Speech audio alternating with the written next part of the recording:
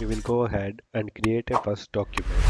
In order to have as much screen room as possible for the video, I'm gonna go ahead and collapse my ribbons. So that's a double click on my home ribbon, click, and there we go, more screen room. When we first start a letter, it usually begins with the current date. So I will go ahead and start by typing a month. But as soon as I hit the space bar, please observe what happens. This is called an autocomplete and it's basically offering me the correct date. And it says press enter to insert. So I will go ahead and hit enter and it will fills in the rest.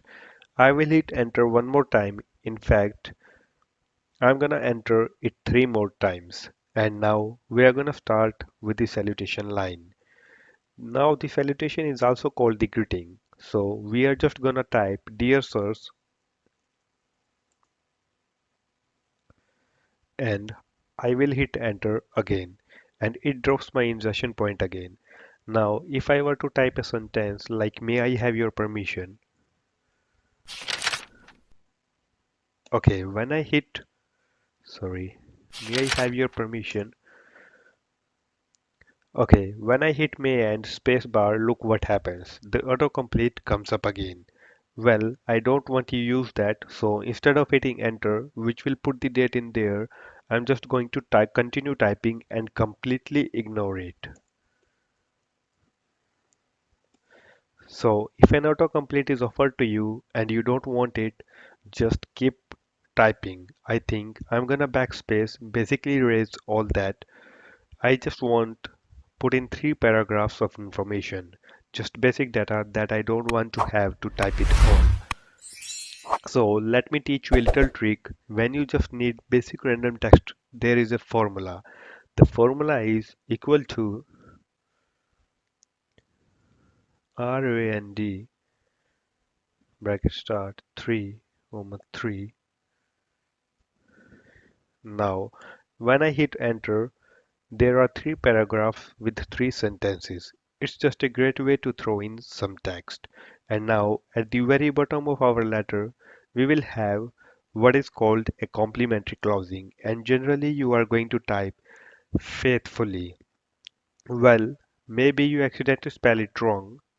Like I just did, I spelled it wrong, and when I hit enter, as you can see, it put a red underline, red squiggle underline. The red underline generally means misspelling and a typo.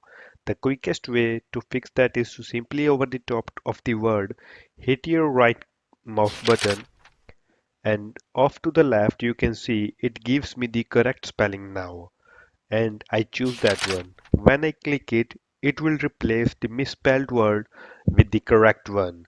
But I want to draw your attention to one more spot. This is the add to dictionary. So let's just say you have an unusual last name and it always gives you a red squiggle line under your last name.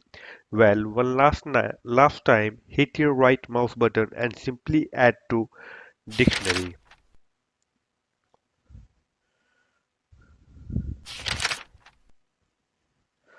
Let me show you.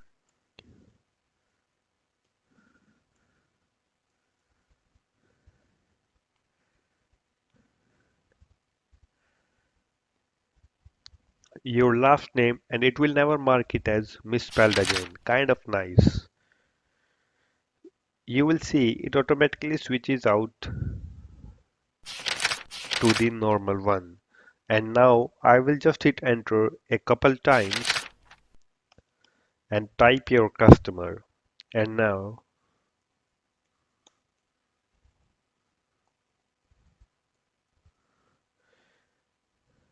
and now it's time to save our document. So I go ahead and click the save button, which happens to be on my quick access toolbar. Notice that when I float my mouse there, it gives me an option to press Ctrl S, which is a keyboard combination, or I could double click on my home ribbon. And I'm not even seeing a save button up there at all. So I'm gonna have to hit the save on my quick access bar. So I will go ahead and click on that. And now it asks you where would you like to save it. First of all, right over here, it says enter file name. And I'm just going to type a customer inquiry.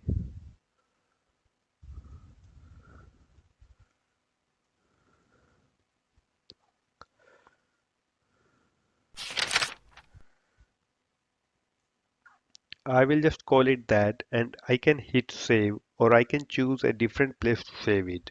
It allows me to save into my documents or I could browse to a different place. It's up to you where you save it, it doesn't matter as long as you can find it afterwards. That's the only thing that matters. So I'm gonna go ahead and leave it at my documents. I'm gonna call it customer query. Sorry, customer inquiry. I'm gonna go ahead and click on save and there we have it. Now the only thing that changed after you save it is right up here. The title now says customer inquiry.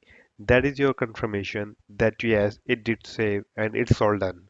And so now when I come back to open this later, I just find that file and I add it. Alright, Hello. thank you so In much. this lesson, we will work on formatting the fonts and the styles with some of the texts. I have the existing letter that we did in our previous lesson, and we will go ahead and work with this. And so, what I want to do is, first of all, we are going to change the font style of the date. I am on my home ribbon. I have some my font group right up here. I also have font group on my quick access bar, but there is another you are about to see. And so when I just click and drag the date, and I can click and drag from left to the right or right to the left, but when I click and drag and let go, this is called a minibar, and that gives you the same font style and rules that I have on my home ribbon and on my quick access. But if I scroll down here and I want to do something with faithfully, let go. Look at that. A minibar is right here where I need it and where my mouse is. This is just kind of the nice feature of having that minibar around. Let's go up here again. Let's select the date. When I select the date, I need you to remember that computer only works with what you tell it to do. So if you got your insertion point sitting here inside the 2019, it's not gonna do anything. You have not selected anything for it to work with. You have got to literally click and drag a word. You could also double click. Double click will select a word. In fact, anywhere on the screen, a double click will select a word and a triple click will select a paragraph. So if I triple click 1, 2, 3, this paragraph, I just selected it. Now watch with the date. By triple click 1, 2, 3 on that line, it will select the line. So it's just kinda convenient.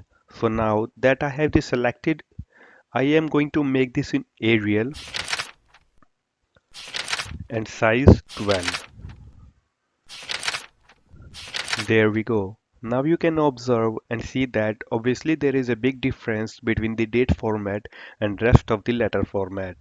Well, if you like that the date format and you wanna change it to all to the same to the Arial size 12, all you have to do is I'm not gonna click and drag this whole letter. I'm gonna select all. Now select all on the keyboard is Control A. A stands for all, so Control A will select the entire thing. Or there is another trick over here in the margin of the paper. I can triple click in the margin 1, 2, 3 and it will select the whole content. It doesn't matter if it's one page or 100 pages. You just selected the whole thing again, your personal preference. Now notice what happened to my font style and my font size on quick access and also on my home ribbon they are blank. It's because it is confused. It sees one style and size on the date and a different style and size on the letter. So it doesn't know what I want. So it went completely blank. So all we have to do is be the boss and tell it what I want it to be Arial and I want it all to be size 12 and now it is.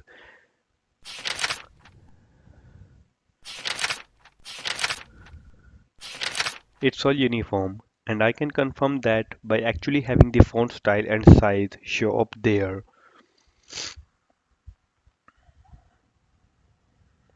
Let's apply some colors. So right down here, I have the word video. So I'm gonna double click to select the word. My minibar came right up here. Look at that. Font red is right.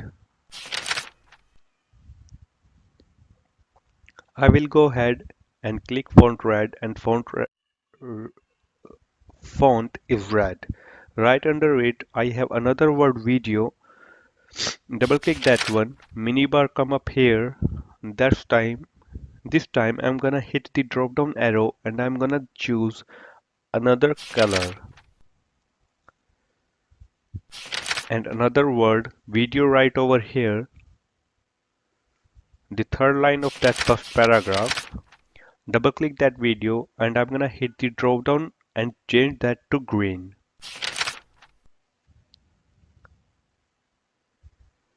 So that's how you can change color of certain words as per your own convenience. And right over here on the words faithfully, I'm gonna double click on that one and apply a completely different font style called script.